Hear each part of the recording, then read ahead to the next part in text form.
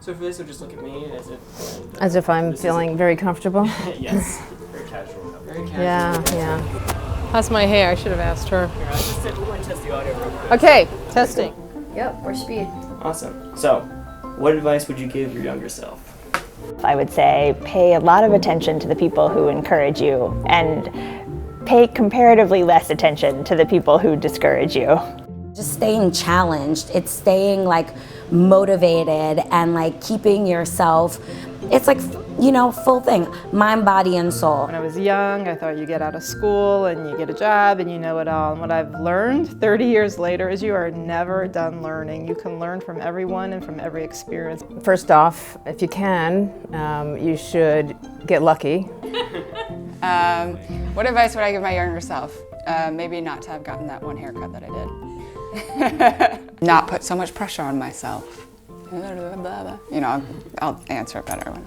I think that many women hold back thinking that they have to be perfect before they move on to the next thing. And I would say, you don't have to be perfect.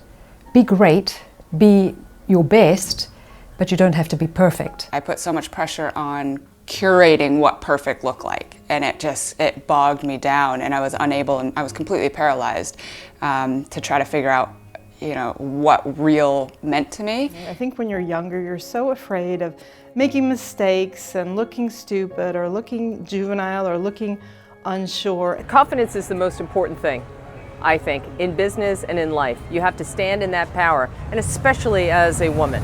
Take some risks. I'm not a person that likes to take risks. And when I left my first job, which I thought I would be at for my entire career, I left and went to start a company with my present partner.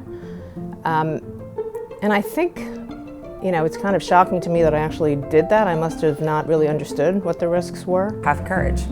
Courage to fail and to know that you're going to learn from that failure and that people aren't going to measure you for the fact that you failed, but they're going to measure you from how you pick yourself up after and go forward and re-engage in the world.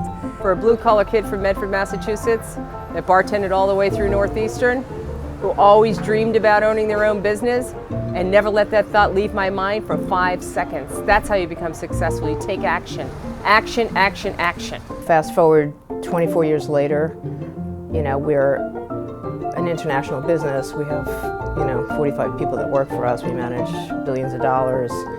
When you hear different stories, you hear all these different ways that people have reached where they're going. And I guess some of those stories might become a template that you could follow, but I think more than anything else, it just shows that there isn't just one way. There's all these stops along the way, and it's crooked, and it always makes a lot more sense in reverse than when you're going through it forward. So my book comes out October 31st.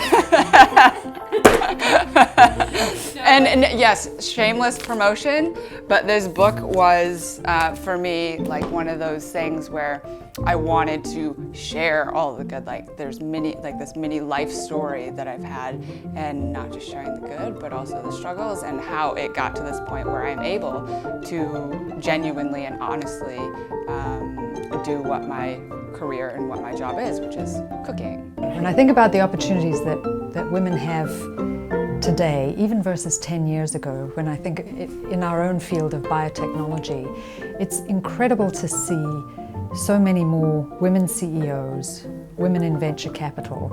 It's truly a time when empowered women have been able to move forward. This is an exciting time for new graduates, for people moving into the work world. It's a time for women who are empowered.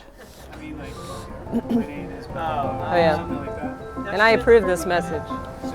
I think I can't say anything else. Stuff on my necklace. Yeah, that's it. That was breezy. Yeah.